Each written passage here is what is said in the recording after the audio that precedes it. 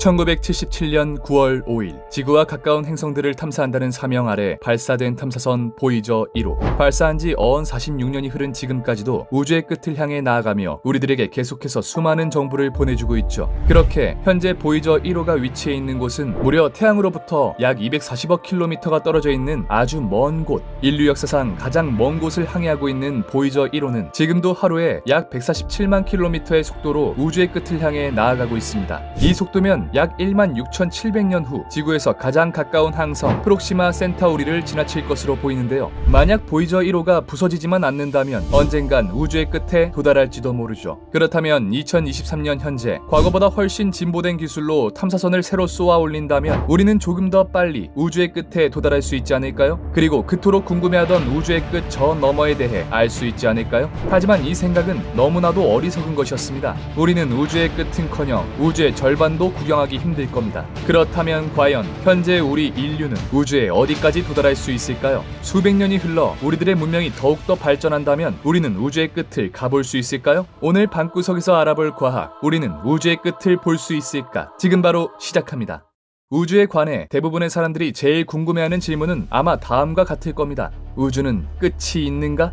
인류의 탄생 이래 가장 오랫동안 인간을 괴롭혀온 질문으로 절대 풀리지 않는 수수께끼 중 가장 중요한 것이라고 해도 과언이 아니죠. 불과 100년 만에 산업혁명으로 지구 역사의 패러다임을 바꿔놓고 각종 기계들과 고성능 AI를 만들며 다시 한번 과학의 혁명을 일으켰지만 우리는 아직도 이 질문에 대해 어떤 명쾌한 해답도 내놓을 수 없습니다. 우주의 끝에 가보기는커녕 우주의 끝이 있는지 관측할 수 없으니 말이죠. 관측 가능한 우주, 우주에 관심 있으신 분들이라면 이 단어에 대해 정말 많이 들어보셨을 겁니다. 말 그대로 우리가 관측할 수 있는 우주를 가리키는 단어로 과거에 출발했던 빛이 언젠가는 지구에 도달할 가능성이 있는 곳들을 의미합니다. 그 덕에 우리는 수십억, 수백억 광년 떨어진 곳의 우주를 관측하며 우주 탄생의 역사에 대해 조사하고 우리 별들의 미래를 알 수 있는 것이죠. 그렇게 현재 우리가 관측 가능한 우주의 크기는 반지름이 465억 광년인 구 형태일 것이라고 이야기합니다. 그렇다면 우리는 왜 465억 광년보다 멀리 떨어져 있는 곳의 우주는 관측하지 못할까? 당연히 465억 광년 뒤에도 우주는 존재하고 있습니다. 하지만 우리가 우주에 대해 생각할 때 절대 간과하지 말아야 할 중요한 사실이 하나 있는데요. 바로 우주는 팽창한다는 것이죠. 아인슈타인을 시작으로 수많은 과학자들은 우주의 형태에 대해 연구하기 시작했고 허블이 은하가 후퇴하고 있다는 걸 밝혀내며 우리는 우주가 팽창한다는 것을 알게 되었습니다. 게다가 멀리 떨어져 있을수록 그 속도는 더욱 빠르다는 것까지 말이죠. 여기서 중요한 건 이 팽창 속도가 빛의 속도보다 빠를 수 있다는 것인데요. 다시 말해 우주의 팽창 속도가 빛의 속도보다 빨라지는 지점이 있고 그 지점부터는 빛이 우리에게 도달하지 못해 관측할 수 없게 된다는 것이죠. 게다가 암흑 에너지에 의해 우주의 팽창 속도는 계속해서 빨라지고 있고 시간이 흐르면 흐를수록 점점 더 많은 우주의 영역이 관측 불가능한 영역으로 사라지고 있습니다. 그리고 관측 불가능한 영역으로 넘어간 곳의 우주는 인류가 우주의 종말까지 기다리더라도 영원히 관측이 불가능할 겁니다. 하지만 슬픈 사실은 여기서 끝이 아니었죠.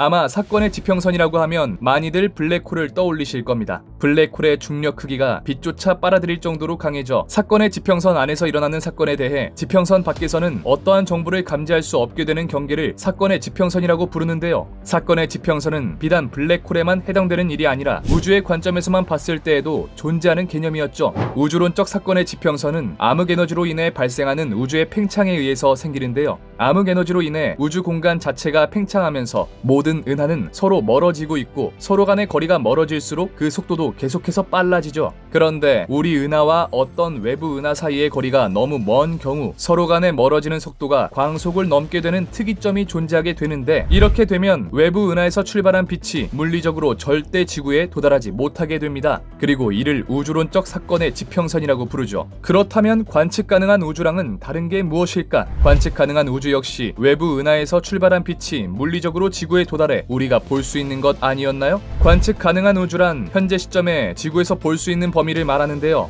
관측 가능한 우주 내의 은하들을 우리가 볼 수 있는 이유는 그 은하들에서 빛이 출발하는 당시까지만 해도 그 은하는 우리의 우주론적 사건의 지평선 내부에 있었기 때문입니다. 쉽게 말해 현재 우리가 볼 수 있는 외부 은하의 빛은 우주가 팽창하기 전 우주론적 사건의 지평선 안에 있었던 은하가 빛을 내줬기 때문이고 그로부터 수십억 년의 시간이 흘러 우리 지구에 닿게 된 것이었습니다. 하지만 그 수십억 년의 시간 동안 우주가 팽창하며 그 빛을 쏴줬던 있던 은하는 엄청나게 멀어져 버렸고 우리는 2023년 현재 그 은하가 내는 빛 대신 수십억 년 전 그 은하가 냈던 빛만 관찰할 수 있는 겁니다. 다시 말해 지금 우리 눈에 들어오는 빛은 그 은하가 수십억 년 전에 내뿜은 과거의 빛이며 그 은하가 내뿜는 빛은 영원히 우리에게 도달할 수 없게 된다는 건데요. 때문에 우주론적 사건의 지평선은 관측 가능한 우주의 크기보다 훨씬 작습니다. 약 133.7억 광년이라는 크기 역시 굉장히 넓어 보이지만 이는 관측 가능한 우주 전체의 6%에 불과하며 나머지 94%는 우리에게 과거의 모습만을 보여줄 뿐 현재 그들이 어떻게 변하고 있는지는 알 수 없습니다. 그렇다면 이 사실과 우리가 우주의 끝을 향해 나아가는 것은 도대체 무슨 상관이 있다는 걸까? 인류는 우주 어디까지 나아갈 수 있는가? 아인슈타인의 상대성 이론에 의하면 우리가 존재하는 우주상에서 빛보다 빠른 물질은 존재할 수가 없습니다. 앞으로 인류가 그 어떤 노력을 하던 빛보다 빠른 무언가를 만들어낼 수는 없다는 말이죠. 그런데 아까 우주론적 사건의 지평선에서 약 133.7억 광년을 넘어선 시점부터는 그곳에 존재하는 은하가 아무리 열심히 빛을 방출하더라도 암흑 에너지에 의한 우주 팽창으로 은하가 점점 멀어져 우리에겐 수십억 년이 흘러도 닿을 수 없다고 말했었는데요. 다시 말해 이는 우주상에서 가장 빠르다는 물질 빛조차도 약 133.7억 광년을 넘어선 시점부터는 우주론적 사건의 지평선 이후에 있는 은하에 도달하지 못한다는 이야기입니다. 만약 현재 인류가 빛의 속도에 가까운 탐사선을 만들었더라도 우리 인류의 한계는 약 133.7억 광년이라는 것이죠.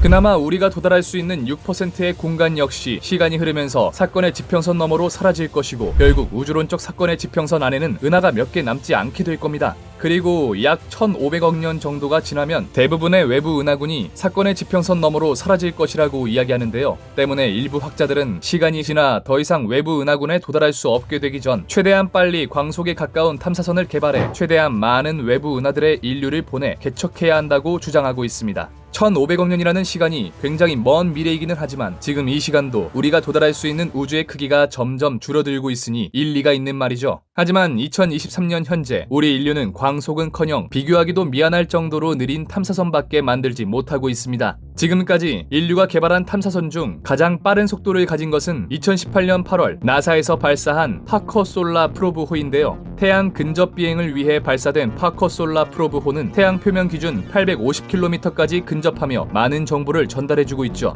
하지만 태양의 엄청난 중력을 견디기 위해서는 그에 반대되는 힘인 원심력을 만들어 주어야 하는데요. 그러기 위해선 엄청난 속도로 태양을 공전하여야 하고 그 속도가 무려 초속 163km, 시속 58만 6,000km라고 합니다. 그리고 2024년엔 조금 더 태양에 가까이 가기 위해서 시속 69만 km를 도전하고 있다고 하죠. 여기까지만 보면 우리 인류의 과학기술도 상당히 많이 발전한 것 같아 보입니다. 시속 69만 km라니 2에서 3초 정도면 서울에서 부산을 주파할 수 있는 어마어마한 속도이죠. 하지만 빛의 속도에는 턱없이 미미한 수치였습니다. 빛은 시속 11억 km 정도로 우리가 가장 빠르다고 자랑하는 파커 솔라브 프로브호는 광속의 발끝에도 미치지 못했는데요. 광속의 1%는커녕 약 0.06%밖에 도달하지 못했죠. 우리 태양계가 속해 있는 국부 은하군에서 가장 가까운 마페이 은하군조차 1100만 광년이 떨어져 있는데 그런 상황에서 우리가 외부 은하군의 문명을 퍼뜨린다는 것은 거의 불가능이나 다름없을 겁니다. 이는 다시 말해 우리가 빛의 속도에 근접한 탐사선을 만들지 못한다면 우주의 끝은커녕 우리 태양계가 속해 있는 국부 은하단조차 벗어날 수 없을지도 모릅니다. 우주의 절대 진리인 빛보다 빠른 물질을 만들어내거나 차원을 넘나들 수 있는 웜홀을 발견하지 않는 한 말이죠. 그리고 만약 우리가 다른 은하군으로 문명을 퍼뜨리는 것을 실패한다면 우리는 영원히 우리 국부 은하군에 갇혀 우주에 대해 그릇된 생각을 하게 될지도 모릅니다. 우주에는 원래 우리 은하군밖에 존재하지 않는다. 우주는 팽창하지 않는다. 우주에서 유일한 생명체는 우리밖에 없다라고 말이죠. 400만 년의 인류 역사 동안 엄청난 과학적 발전을 이뤄내며 우주의 진리에 가까워지고 있는 인류. 하지만 정작 우주의 본질에 대해 다가가려고 하면 할수록 우리는 인류의 무능에 대해 더욱 자세히 알아가고 있습니다. 지금부터 우리가 어떤 행동을 하던 우리는 우주의 끝에 도달하지도 못할 것이며 영원히 우주 탄생의 미스테리를 풀 수 없을지도 모르죠. 우리는 과연 이 우주의 비밀을 밝힐 수 있을까요? 우주 탐사의 길을 연 인류 최고의 천재 알버트 아인슈타인은 말했습니다. 나는 이러저러한 현상이나 이러저러한 원소의 스펙트럼에 관심이 없다. 나는 조물주의 생각을 알고 싶다. 지금까지 방구석 과학이었습니다.